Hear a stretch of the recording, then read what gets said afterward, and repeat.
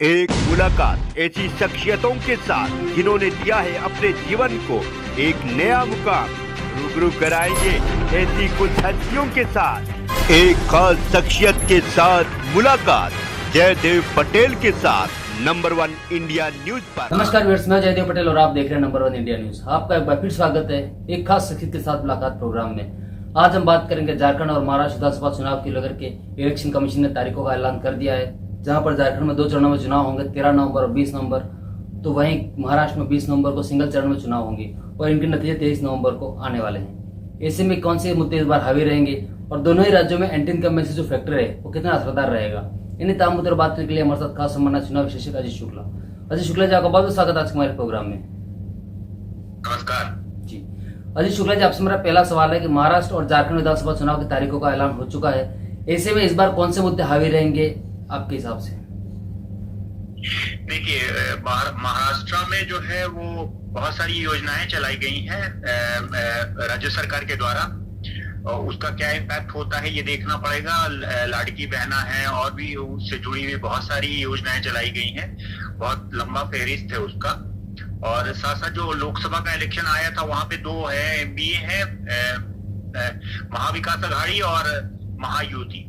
महायुति में जो है वो बीजेपी है, भाजपा है और शिवसेना शिंदे है और अजीत पवार एनसीपी है गुट में। जबकि जो दूसरा गुट है वो है महाविकास अघाड़ी का, जिसमें शिवसेना ठाकरे है, कांग्रेस है और एनसीपी शरद पवार गुट है। इसके अलावा भी और कई पार्टियां हैं जो वंचित अघाड़ी है, मनसे है और भी कई छोटी छोटी पार्टियां हैं, वो भी प्ले आउट करेंगी। तो देखना ये होगा कि मेन इलेक्शंस जो है हर जगह पे जो है वो महाविकास अघाड़ी और महायुति के बीच में होगा, लेकिन 3-4 और भी मजबूत कैंडिडेट्स रहेंगे। तो त्रिकोणात्मक चतुष्कोणीय मुकाबला बहुत सारी सीटों पर देखने को मिलेगा। अब ये देखना है कि जो योजनाएं चलाई गई हैं लोकसभा में, भारतीय जनता पार्टी को नुकसान हुआ था और फायदा हुआ था महाविकास अघाड़ी को, तो वो फायदा कितना करती है। वहां पे जो रीजन वाइज है वहां पे विदर्भा और मराठवाड़ा और वेस्टर्न महाराष्ट्र में महाविकास अघाड़ी को फायदा हुआ था। जबकि जो है ये कोंकण मुंबई वाला रीजन है वहां पे अच्छी कांटे की लड़ाई हुई थी और नॉर्थ महाराष्ट्र में जो है वो कांटे की लड़ाई हुई थी। तो ये देखना होगा कि इन जगहों पे तो दोनों जगह पे कांटे की लड़ाई होगी। इन सब जगहों पे बीजेपी कितना अच्छा करती है प्रदर्शन, कितना बेहतर प्रदर्शन करती है वेस्टर्न महाराष्ट्र में और विदर्भ और मराठवाड़ा में। तो इस आधार पे देखा जाएगा, लेकिन कांटे की टक्कर रहेगी दोनों के बीच में। और मुद्दे जो है वही जो वो महाविकास अघाड़ी के जो मुद्दे पिछले लोकसभा में रहे कमोवेश वही रहेंगे। जबकि इन लोगों ने जो योजनाएं नई दी हैं उन योजनाओं का जो है वो प्रचार प्रसार करेंगे और ये आगे भी लागू रहेगा। ये सब चीजों के बारे में वो बताएंगे, लेकिन कांटे की टक्कर होगी। और जो थर्ड प्लेयर्स हैं और जो त्रिकोण बनाएंगे वो भी बहुत महत्वपूर्ण भूमिका निभाएंगे। तो देखना होगा आगे चल के कि कैसे इलेक्शन आगे चलता है तो क्या क्या होता है। वहीं झारखंड में जो है भाजपा का गठबंधन है, वहां पे 2-3 छोटी छोटी रीजनल फोर्सेस हैं, और जबकि कांग्रेस का जो है वहां पे कांग्रेस और जेएमएम एक साथ लड़ रही है, वहां भी छोटे छोटे। वहां पे जो है ना एक जयराम महतो फैक्टर आया है जो एक महत्वपूर्ण भूमिका निभा रहा है। तो जो एसटी सीट्स हैं वहां पे, एसटी सीट्स पे तो डोमिनेंट है। 5 सीटें लोकसभा की हुई थी तो 5 का 5 सीट जो है वो जेएमएम इंडिया ब्लॉक ने जीता था। तो अब देखना होगा कि वो उसमें कितना डेंट लगाती है भाजपा, और जो जयराम महतो का फैक्टर है वो कितना काम करता है। तो वहां भी कमोवेश जो है वो एंटी इनकम्बेंसी होने के बावजूद भी कांटे की टक्कर है, क्योंकि वहां पे एसटी वोटर्स का कंसोलिडेशन देखा गया था लोकसभा चुनाव में। तो उस तरह का अगर कंसोलिडेशन रहेगा तो वो मुकाबले को जो है वो कांटे का बनाएगा। तो ये दोनों जगहों पे, वहां पे भी कुछ योजनाएं राज्य सरकार ने चलाई है, कुछ योजनाएं जो है वो केंद्र सरकार ने भी घोषणाई, जैसे गोगो दीदी किया है। तो उसका क्या इम्पैक्ट रहेगा। आज ही जो है वो, आज या कल शायद उनकी जो योजना है उसको 1000 से 2500 किया है राज्य सरकार की जो घोषणा है, जबकि इन लोगों की घोषणा थी गोगो दीदी में 2100 रुपया देने की। तो देखना पड़ेगा उसका क्या इम्पैक्ट पड़ता है आगे चल के। लेकिन वहां भी कांटे की टक्कर होगी और दोनों गठबंधन में जो जेएमएम का गठबंधन है, क्योंकि जेएमएम ही बड़ा प्लेयर है, तो झामुमो गठबंधन प्लस बीजेपी गठबंधन के बीच में लड़ाई होगी।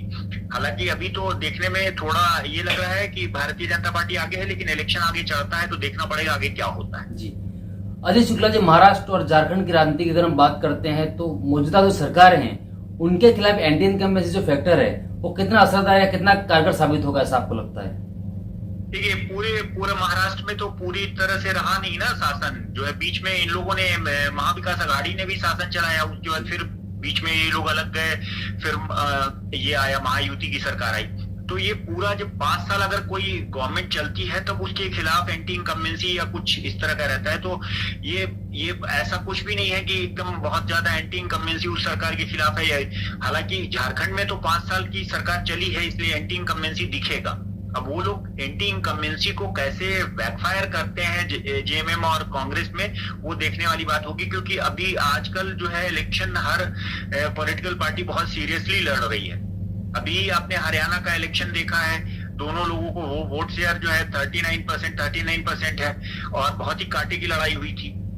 आगे भी ये देखने को मिलेगा, लेकिन इलेक्शन आगे चलता है और 10 दिन देखते हैं कैसे कैसे मुद्दे आते हैं, उससे बहुत ज्यादा चीजें साफ होंगी। जी अजय शुक्ला जी, दोनों ही राज्यों की अगर हम बात करते हैं महाराष्ट्र और झारखंड में, तो ऐसे में एक महत्वपूर्ण जो भूमिका होती है सीट शेयरिंग फॉर्मूले को लेकर, जब वो गठबंधन में किसी चुनाव को लड़ा जाता है तो इस कंडीशंस में। और ऐसे में कमोबेश देखा गया है कि इंडिया गठबंधन जैसे लोकसभा चुनाव में जब लड़ा था चुनाव, तो उस वक्त कहीं का सीट शेयरिंग जो फॉर्मूला था उसमें थोड़ा सा एक बैक फायर किया गया था उनकी तरफ से, और वही एनडीए जो था वो एडवांस में था।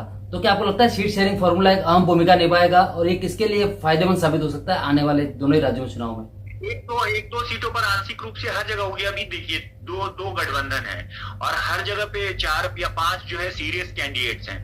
तो ये देखने वाली बात होगी कि वो 4-5 सीरियस कैंडिडेट में से कितने कैंडिडेट जो है वो वंचित विकास आघाड़ी या अन्य मन से या अन्य दलों से खड़े होते हैं, तो उसका जो है एक इम्पैक्ट तो पड़ता ही है।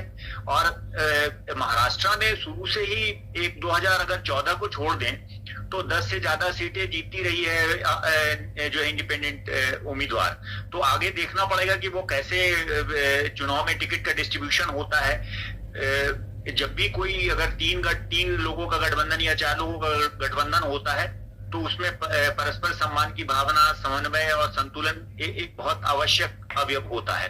तो अगर जो भी गठबंधन जो है इन तीनों चीजों को, जो समन्वय है, परस्पर सम्मान है पार्टी के नेताओं के बीच में, और जो एक संतुलन है वो अगर बना के रखेगी तो वो उसको जाहिर तौर पे उसको फायदा होगा।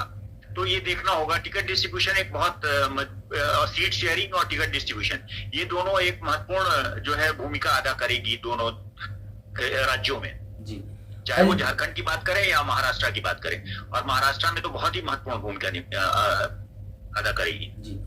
अजय शुक्ला जी, आपसे मेरा एक आखिरी सवाल है कि महाराष्ट्र और झारखंड विधानसभा चुनाव में जो इंडिपेंडेंट कैंडिडेट हैं या फिर जो क्षेत्रीय जो दल हैं जो इस बार चुनाव लड़ने वाले हैं या फिर लड़ेंगे, तो ये कितनी कहीं ना कहीं इम्पैक्ट डालेंगे दोनों चुनाव को प्रभावित करने में? मैंने पहले भी आपको पूर्व में भी बताया है कि झारखंड में जयराम महतो जो है वो फैक्टर है। उन्होंने अच्छा लोकसभा में प्रदर्शन किया है और विधानसभा में लगातार उनके कार्यकर्ता सक्रिय हैं। तो उनको देखना पड़ेगा कि वो किसका वोट कट करते हैं और वो किसको नुकसान पहुंचाते हैं, किसको फायदा पहुंचाते हैं। क्योंकि झारखंड में जो है महतो वोट एक बहुत बड़ा फैक्टर है।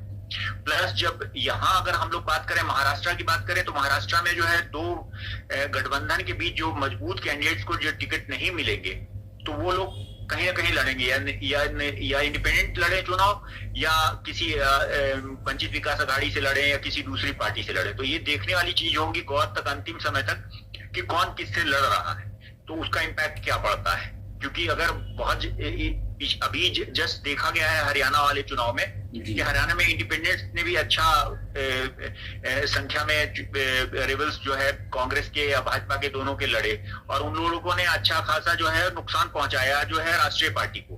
तो ये देखने वाली बात होगी।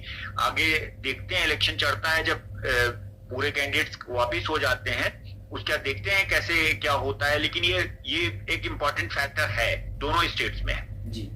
अजय शुक्ला जी, आपने हमारे लिए समय निकाला, उसके लिए आपका बहुत बहुत धन्यवाद।